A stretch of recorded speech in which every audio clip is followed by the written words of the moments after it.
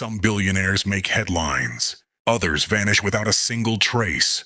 And then, there are the ones you never hear about. Not because they are unimportant, but because someone, somewhere, has decided the world isn't meant to know their names. Tonight, you and I are going to open a door that China has spent decades keeping firmly shut. In China, wealth doesn't just grow, it disappears. Not because fortunes collapse, but because the people who hold them are quietly erased from the stage. One day they're photographed shaking hands at global summits. The next day, no one knows where they are. No press release, no farewell message, just nothing.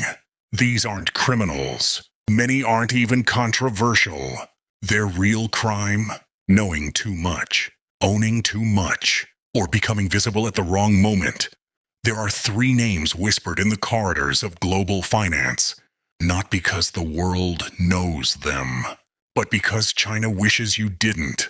The first is a tech magnate whose companies power hundreds of millions of phones. The second is a real estate kingpin whose empire once dwarfed American developers. The third is a banking mastermind who controlled rivers of capital, flowing quietly through the Chinese economy. All 3 have one thing in common. Their success grew faster than the state expected, and nothing grows faster than the state, not in a system built on control. In China, wealth is never just wealth.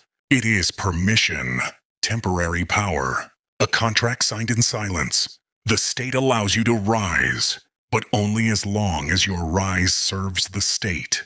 For decades, these hidden billionaires acted like unofficial engines of the Chinese dream. They built cities overnight, transformed entire industries, and moved capital with the precision of military logistics. But the moment their influence began to compete with political authority, the leash tightened. Some vanished for questioning. Some left public life willingly. Others were escorted into cars and never walked out again. And yet, here's the twist. Their influence didn't disappear with them. The companies they built continue to shape global markets. Their investments still live in property, ports, data centers, and supply chains stretching from Asia to Africa to the US.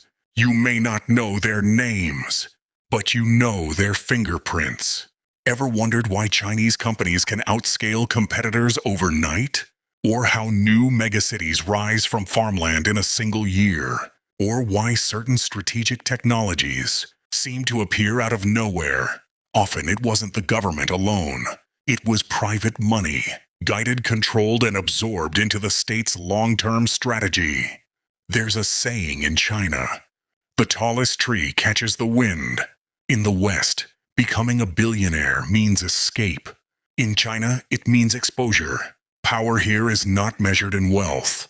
It's measured in obedience. And the ones who disobey don't lose their money. They lose their presence.